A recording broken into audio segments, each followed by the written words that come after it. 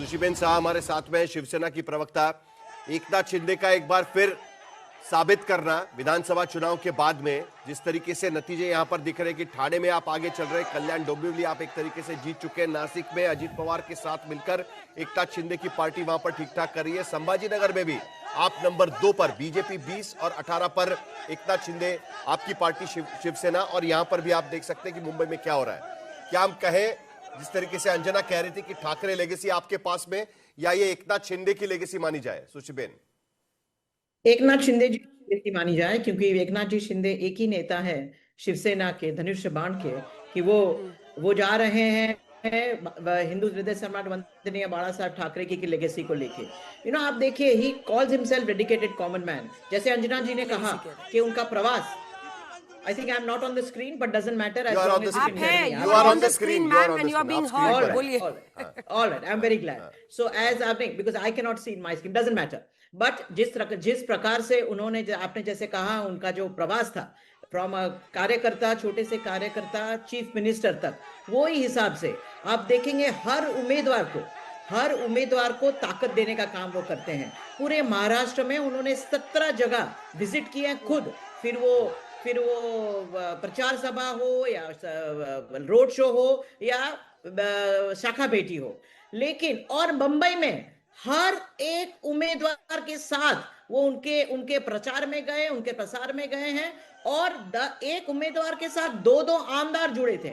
उनको क्या तकलीफ है, हर प्रकार का सपोर्ट, मीडिया, प्रिंट, लोगों को साथ में लाने का, यानी कार्यकर्ता को साथ में लेके, कार्यकर्ता को दिल जानने वाले, दिल जीतने वाले ऐसे नेता हमारे माननीय एकनाथ राव जी शिंदे हैं। और उसका आप देख रहे हैं कि बड़े उत्साह से जोरदार हमने लड़त दी है सभी को, हमारे ग्राम। दुबे जी, वहीं से देखिए, वो दिन भी याद आता है जब वो अलग अलग जगहों पर थे, तो आप उन लोगों को बोलते थे कि मुंबई में आके दिखाओ, ऐसा मारेंगे, मतलब धमकियां तरह तरह की दी जा रही थी। उसी मुंबई में अगर फडणवीस साहब के साथ उनका गठबंधन सफल होता हुआ दिख रहा है, तो आप लोग को भी सोचना होगा। तो हमने अंजना जी पहले ही कहा ना कि हम लोग आत्मचिंतन करेंगे। अब आज हम लोग हार रहे हैं अगर, तो अब आज ही नहीं करेंगे, अब शाम तक थोड़ा समय दीजिए, कल से फिर से शुरू करेंगे। अरे हारेंगे जीतेंगे, बार बार अगर ये जो बताया जा रहा है कि अब हम लोग खत्म हो गए, अरे खत्म, अगर ये होने का 53 पे अभी भी आगे चल रहा है, ये कोई खत्म होता है? एक तरफ इतनी बड़ी महाशक्ति, महासमुंदर, और उससे हम एक नदी होकर अगर लड़ रहे हैं, तो हमारा भी सम्मान होना चाहिए कि हाँ भैया, तुम लोग भी खत्म नहीं हो, लड़ रहे हो। लेकिन ठीक है, हम लोग अहंकार में नहीं आने वाले लोग हैं, हम लोग भ्रष्टाचार करने वाले लोग नहीं है। बाकी भाजपा जाने, भाजपा के संगी जाने। शिवसेना गुट के विधायक है, वो कह रहे हैं मुंबई छोड़कर कौन भागेगा ये पता चलेगा। अभी भी वही आवाज दिख रही है। मतलब किसने कहा? ये सावंत जो दादर माहिम के विधायक है, क्या कह रहे हैं? मुंबई छोड़कर कौन भागेगा वो समझ में आया। 2 शेर मैदान में आ गए हैं ठाकरे भाई, अब ऑपोजिशन को अपना बोरिया बिस्तर, अभी तक समझ ही नहीं आ रहा वो कब का ट्वीट कर रहे हैं? 2-3 साल पहले का? उन्होंने टिक टैक में अभी बोला है भाई, हमारे सहयोगी से बातचीत नहीं, लेकिन उनके इलाके में देखिए समाधान सरवणकर, वहां पर जो शिवसेना एकनाथ शिंदे की पार्टी के जो वहां के पार्षद थे, वो हार चुके हैं चुनाव, और शिवसेना यूबीटी के निशिकांत शिंदे वहां से। हाँ, तो निशिकांत शिंदे जी सुनील शिंदे जी के भाई हैं। रविंद्र वायकर जो शिवसेना एकनाथ शिंदे की पार्टी के सांसद है, जो 48 वोटों से जीते थे मुंबई नॉर्थ वेस्ट के, उनकी बेटी दीप्ति वायकर चुनाव हार गई है। तो ये सुजीबेन शाह को नहीं दिखेगा ना, उनको क्या दिखेगा? जो जीत, मतलब मीठा मीठा, गप गप, कड़वा कड़वा, थू थू, ऐसे कैसे चलेगा? आप हारे हैं, हम हारे हैं, आप जीते, हम जीते। कुछ नतीजे तो बताने दीजिए। भाईखला के भीतर जहां पर मुस्लिम बहुल इलाका है, वहां पर शिवसेना यूबीटी के रमाकांत राहटे जीत गए, 11,000 वोट से करीब करीब वहां पर जीते हैं। बताइए कुल मिलाकर। लेकिन उसके बावजूद अरुण गवली जो पूर्व डॉन है 207 नंबर वार्ड से, उनकी बेटी वहां पर चुनाव हार गई है। वो भी चुनाव मैदान में उतरी थी, वो भी चुनाव वहां पर हार गई। भाई जीतेंगे या तो हारेंगे, लेकिन जीत हार से ये थोड़ी तय होगा कि कौन मुंबई छोड़ के भाग जाएगा, कौन रहेगा। कौन किसका बेटा है, किसकी बेटी है, उसके आधार पर चुनाव नहीं जीत रहा है, ये बात तो साफ हो गई है। बिल्कुल सही है, जनता जनार्दन जिसको आशीर्वाद देगी वो जीतेगा, एक आम आदमी भी राजा बन सकता है। तो ये सब चीजें चलेंगी। अच्छा है, आप शिंदे जी की प्रशंसा आज कर रहे हैं, ये करना भी चाहिए। अगर कोई इतना लोहा लेता है ठाकरे परिवार से और इस तरह से अपने आप को स्थापित कर पाता है तो ये बड़ी जीत ही लोकतंत्र कहलाएगी। में जो हालांकि जीता अभी भी है, इंतजार उसका करना सम्मान करना ही चाहिए। पड़ेगा। अभी 152 के ही रुझान आए हैं और अभी तक बहुमत के आंकड़े पर कोई नहीं पहुंचा है।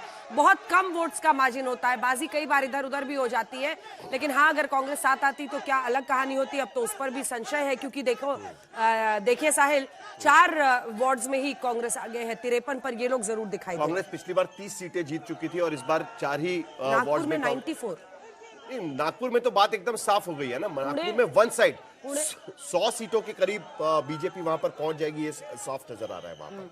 और एक जमाने में कांग्रेस का गढ़ हुआ करता था नागपुर, लेकिन नागपुर में 151 में से 94 सीटों पर कांग्रेस वहां पर आगे। पुणे में 50 सीटों पर बीजेपी इस वक्त आगे चल रही है, हालांकि वहां पर काफी काउंटिंग बाकी है। लेकिन मुंबई में भी भारतीय जनता पार्टी और एकनाथ शिंदे 100 के आंकड़े के पास, 152 सीटों के रुझान इस वक्त।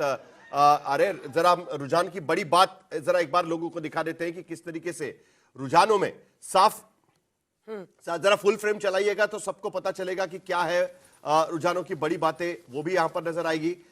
रुझान अगर हम देखें तो उसमें साफ नजर आता है कि भारतीय जनता पार्टी सारे बड़े शहरों में आगे चलती हुई नजर आ रही है। मुंबई जैसे शहर में भी भारतीय जनता पार्टी और शिवसेना एक साथ मिलकर 100 के आंकड़े के करीब फिलहाल पहुंचती हुई। 112 का आंकड़ा है जो पार करना है उनको बहुमत पाने के लिए। नागपुर में भारतीय जनता पार्टी सबसे बड़ी पार्टी के रूप में उभरती हुई नजर आ रही है। 94 सीट्स पर 151 में से 94 सीटों पर भारतीय जनता पार्टी इस वक्त आगे चल रही है। 100 सीटों का आंकड़ा बीजेपी टच कर सकती है। 165 में से पुणे में भी 50 का आंकड़ा पार कर चुकी है। 55 सीटों पर बीजेपी आगे चल रही है, जबकि नागपुर में 31 सीट लेकर कांग्रेस नंबर 2 पर है, जबकि पुणे में अभी भी शरद पवार और अजीत पवार साथ में आने के बावजूद 10 का आंकड़ा भी अजीत पवार क्रॉस नहीं कर पाए, यानी डबल डिजिट पर भी नहीं पहुंच पाए। और नागपुर में बीजेपी के मेयर बनना साफ हो चुका है। पुणे के भीतर रुझानों में बीजेपी की बड़ी जीत, एक बार फिर नागपुर को पुणे को रिटेन किया जा रहा है बीजेपी की तरफ से। नांदेड़ में भी एआईएमआईएम तेजी से आगे बढ़ती हुई, बड़ी बातें पुणे के रुझानों में बीजेपी की बड़ी जीत की ओर नजर आ रहा है। नांदेड़ में एआईएमआईएम कांग्रेस से भी आगे चली गई है। हालांकि नांदेड़ से कांग्रेस के सबसे बड़े नेता अशोक चव्हाण भारतीय जनता पार्टी में जा चुके हैं, लेकिन नांदेड़ में अब एआईएमआईएम कांग्रेस को पछाड़ चुका है। एआईएमआईएम आगे जा चुका है। यहां पर बीएमसी में बीजेपी बहुमत की ओर, फडणवीस फैक्टर ये साफ नजर आ रहा है कि महाराष्ट्र के भीतर फडणवीस फैक्टर क्या है वो साफ नजर आ रहा है। बीएमसी पर पहली बार अगर बीजेपी का कब्जा कब्जा हो भी रहा थोड़ा है। इंतजार करना होगा। मुझे लगता है कि अति उत्साह में भी ये ग्राफिक्स इस वक्त बन रहे हैं, क्योंकि अभी 93 बहुमत का आंकड़ा नहीं हुआ है, उसमें भी क्लैरिटी नहीं है कि खाली बीजेपी को सबसे, लेकिन इतना तय है कि अभी शुरुआती रुझान में सभी जो बड़े निकाय चुनाव हैं उन सब जगहों पर बीजेपी को डायरेक्ट बढ़त दिख रही है। और नागपुर में तो बीजेपी स्पष्ट बहुमत हासिल कर रही है, पुणे में आगे बढ़ रही है बहुमत की तरफ। तो कुल मिलाकर एकदम एक तरफा तस्वीर इन 3-4 जगहों पर दिख रही है। फडणवीस फैक्टर तो है ना। हाँ। चलिए बीएमसी में 93 तक तो पहुंच गए। ज्यादा सीट नहीं, अभी भी आधे 100 सीटें का करीब करीब काउंटिंग बाकी है, लेकिन बीजेपी उससे पहले ही 93 तक पहुंच चुकी है। बीजेपी और एकनाथ शिंदे का गठबंधन। दूसरी तरफ अगर हम देखें तो नागपुर में सत्ता रिटेन की है, पुणे में सत्ता रिटेन करते हुए नजर आ रहे हैं। नासिक के भीतर सत्ता नंबर 1 की पार्टी संभाजीनगर में शिंदे के साथ टक्कर चल रही है, लेकिन वहां पर भी देखिए 12 सीटों पर 122 में से, हालांकि काफी स्लो वहां के काउंटिंग के रिजल्ट्स यहां पर इस वक्त आ रहे हैं। लेकिन कुल मिलाकर अगर हम देखें तो शहरी इलाकों में जहां पर भारतीय जनता पार्टी 2017 के चुनाव में हावी हो चुकी थी, मुंबई हो, नासिक हो, पुणे हो, नागपुर हो, वहां पर बीजेपी की बढ़त साफ नजर आ रही है।